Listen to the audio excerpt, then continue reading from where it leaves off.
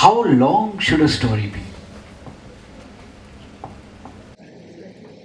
So the answer is it should be as long as it can sustain the interests of the audience.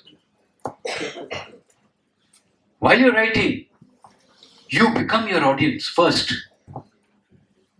and you see to it that whatever you're writing does not bore the audience at any given point of time. Otherwise, it will be rejected at that very point. That's the most important part of writing. Do not bore the audience.